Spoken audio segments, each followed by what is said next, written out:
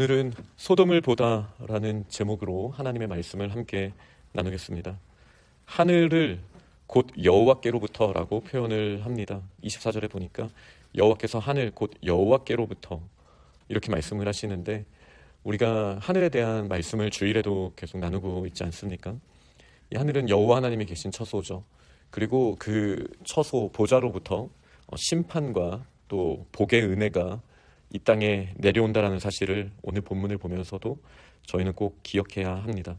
공의의 하나님께서는 이 땅의 악에 대해서 그 마땅한 결과로서 하나님과 떨어져 있는 당연한 상태로서의 형벌이 하나님으로부터 내려온다는 사실은 분명합니다.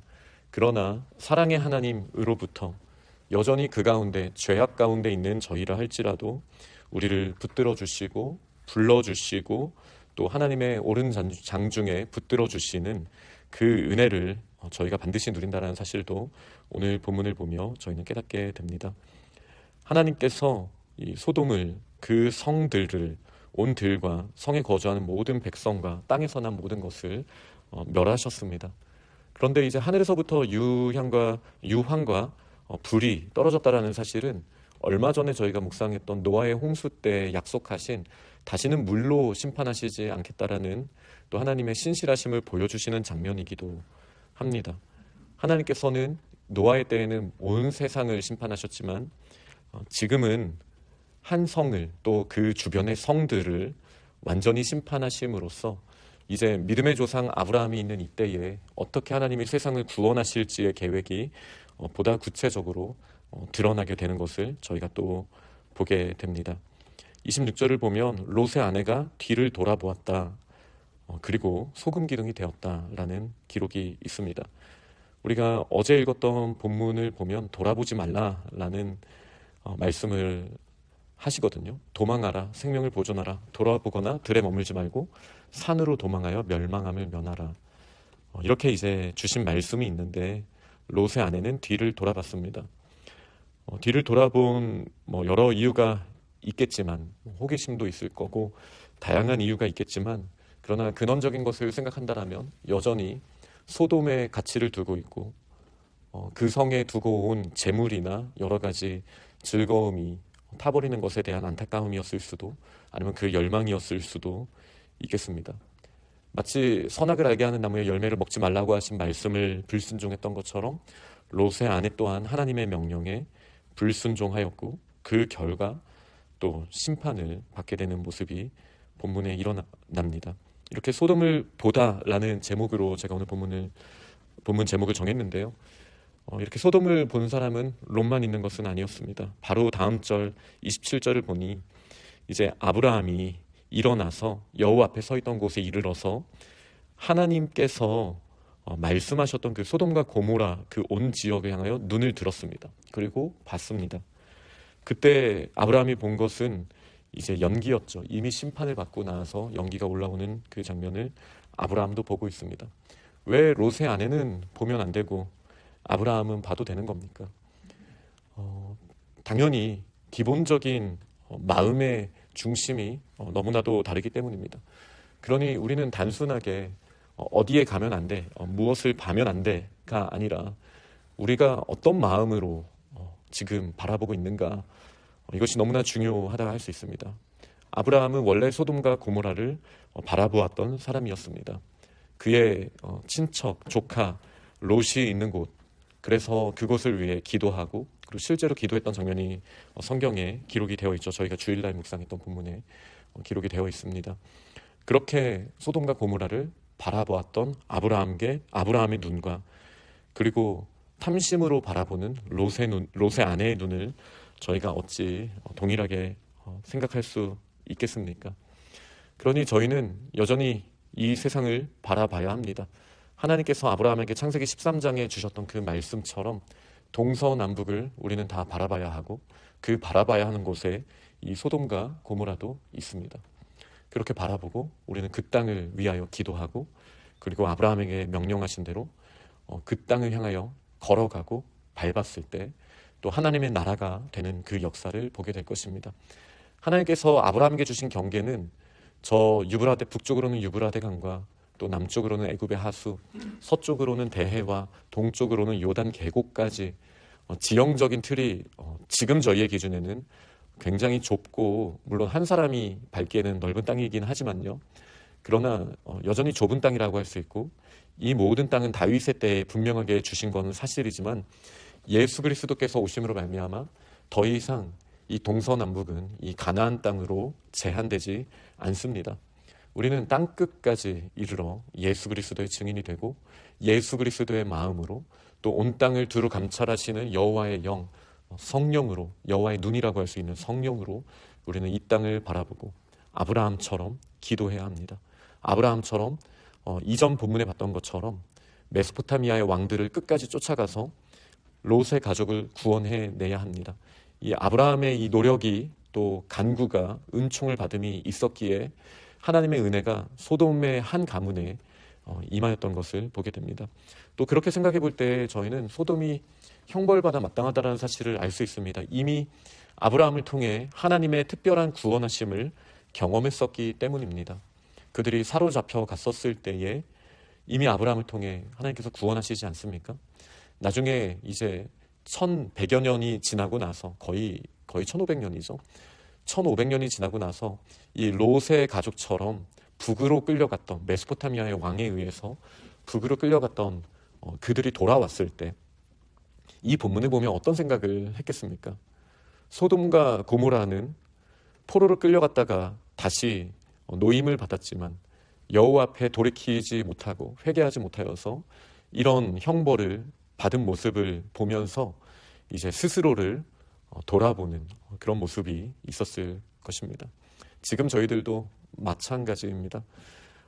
말세가 가까이 왔습니다. 오늘 본문에 나오는 하늘이 열리고 불이 쏟아지는 모습은 과거에 끝난 것이 아닙니다. 요한계시록 11장을 보면 분명히 두 증인이 마치 소돔과 고모라처럼 이 두 증인이 그 멸망의 성을 걸어다니면서 예수 그리스도의 말씀을 증언하고 그리고 불을 하늘에서부터 내리는 일이 있다라는 사실을 저희는 잘 알고 있습니다. 그러면 이제 롯처럼 살면 되는 겁니까? 그렇지 않습니다. 롯의 가문 또한 물론 롯의 아내는 분명하게 불순종을 했지만 이제 살아남은 3명도 결코 우리의 모델이 될 수는 없습니다. 이 롯은 처음 어저께 주신 그 본문에서 하나님께서 여호와의 사자가 분명하게 명령하셨던 대로 산까지 도망하라는 이 말씀에 순종하지 못했습니다. 여기가 좋사오니가 안 좋은 의미로 그 사해의 남동쪽 끝자락에 있는 소알이라는 작은 도시에 머물겠다라고 했습니다. 그러나 그곳은 사실은 심판의 영역에 있는 곳이었다라고 할 수 있죠.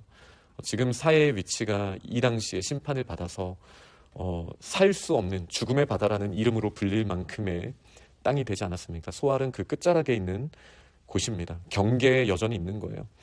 그 악한 세상에서 벗어나라. 그리고 하나님이 기뻐하시는 산까지 가라라고 주께서 명령하셨지만 타협을 했고 하나님은 또 허용해 주십니다. 마치 인류 역사 초기에 하나님께서 노아의 때 육식을 허용하셨던 것처럼 분명한 죄다라고 말할 수는 없지만 하나님이 기뻐하시는 원형의 모습은 결코 아닌 그 신앙의 타협으로 말미암아 롯은 이제 더 큰 어려움을 경험하게 됩니다. 오늘 본문을 보면 그는 두려움에 사로잡히게 되었습니다. 그리고 결국 그 소알을 떠나서 산으로 가게 됩니다. 그러나 첫 번째 순종했던 모습과는 동기도 다르고 여러 가지 맥락이 다르다 할 수 있습니다. 그들은 산에 올라가서 굴에 거주합니다. 하나님께서 굴에 거주하라고 그들을 보내셨겠습니까? 그들은 세상과 단절하고 이제 이 세상에서의 두려움에 사로잡힌 삶을 살게 됩니다. 어떻게 보면 술이라는 굴에 갇혔던 노아의 모습을 떠오르게 하는 장면들이 오늘 본문에 나옵니다. 큰 심판 이후에 이 동굴에 갇혀서 술 취한 모습으로 의식의 굴에도 갇혀있는 이 롯의 모습도 비춰지게 됩니다. 이것이 하나님이 원하시는 산입니까? 그렇지 않습니다. 그러나 이 두 딸도 극단적인 반응을 보이게 됩니다. 세상의 방법으로는 우리의 배우자가 될 사람이 없다. 부분적으로 맞죠. 그러니 하나님이 구원하신 아버지를 통해 자녀를 낳아야 된다. 이게 말이 되는 해답입니까? 상식적이지 않은 판단을 그들은 이것이 답이라고 생각하는 거예요. 아브라함처럼 여호와께 여쭈어 보는 그런 모습도 없습니다. 자신의 경험으로 큰 충격 이후에 동굴로 들어가고 자신의 생각에 갇힙니다.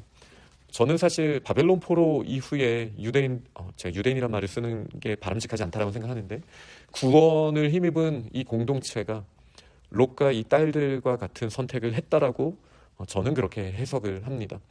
큰 충격 이후에 하나님이 구원하셨지만 그들은 동굴에 갇힌 것처럼 더 폐쇄적이 되고, 또 하나님의 은혜의 크기를 자신의 머리의 크기만큼만 가둬두는 일이 저는 포로기 이후에 일어났고, 거기서부터 율법주의가 나오게 되었다라고 저는 그렇게 해석을 합니다.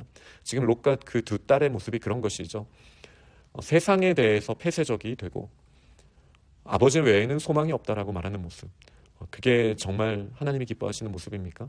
그리고 그들은 자연스럽게 산을 향해 나아갔는데, 본문에는 정확하게 나오지 않지만 역사적인 맥락을 통해 봤을 때 요단강 건너편의 땅, 원래 아브라함의 가문에게 허락하셨던 약속의 땅을 벗어나면서 나가는 것을 저희가 보게 됩니다. 왜냐하면 그 두 아들의 이름이 이제 모압과 베남미인데, 암몬 자손의 조상이지 않습니까? 베남미의 경우는.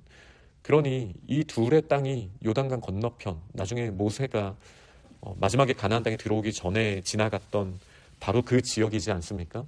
하나님의 약속의 땅이라고 할 수 없는 곳에 이제 이방 민족의 조상이 되는 것으로 오늘 본문이 마무리되게 됩니다. 그러니 지금 소돔을 바라봤던 이 세 가지 시선을 저희가 봤습니다. 오늘 본문 제목이 소돔을 보다인데요. 롯의 아내처럼 여전히 소돔을 탐하는 그 눈, 아브라함처럼 소돔을 위해 기도했고 최선을 다하고, 그리고 연기가 났을 때도 여전히 소돔을 바라봤던 그 아브라함의 눈, 그리고 거기서 구원받고 소할 정도로 타협하려고 하다가 이제 소돔의 공포에 사로잡혀서 세상과 단절하고 동굴에 들어가서 다시 소돔을 곱씹어 보던 그 눈, 여기서 우리는 어떤 눈을 뜨고 세상을 바라봐야겠습니까? 아브라함이 완벽하다라고 말하는 것은 아니지만 아브라함에게 주신 그 약속과 아브라함의 믿음을 향해 저희는 나아가야 합니다. 우리는 소돔을 봐야 합니다. 롯의 두 딸처럼, 롯처럼 세상과 단절하고 동굴에 들어가서는 안 됩니다. 그러나 롯의 아내 같은 유혹도 우리들에게 여전히 선악과처럼 놓여지게 될 것입니다. 그렇게 소돔을 바라봐서는 안 됩니다. 이 외줄타기와 같지만 그러나 사실은 참 쉬운 짐입니다. 우리의 계산이 아닌 하나님의 신실하심과 하나님의 능력만 바라보면 되는 것이기 때문입니다. 하나님이 주신 안경을 통해 우리는 소돔을 바라보고, 우리를 포함한 우리 주변의 죄인을 바라보고, 이 세상의 문화와 이 세상의 모든 것들을 바라보며 나아갈 때, 그때 진정 세상에 빛이 비춰지지 않겠습니까? 그렇게 하나님의 귀하신 구원의 역사에 쓰임을 받는 우리 믿음의 용사들이 다 되시기를 간절히 축원합니다. 아멘.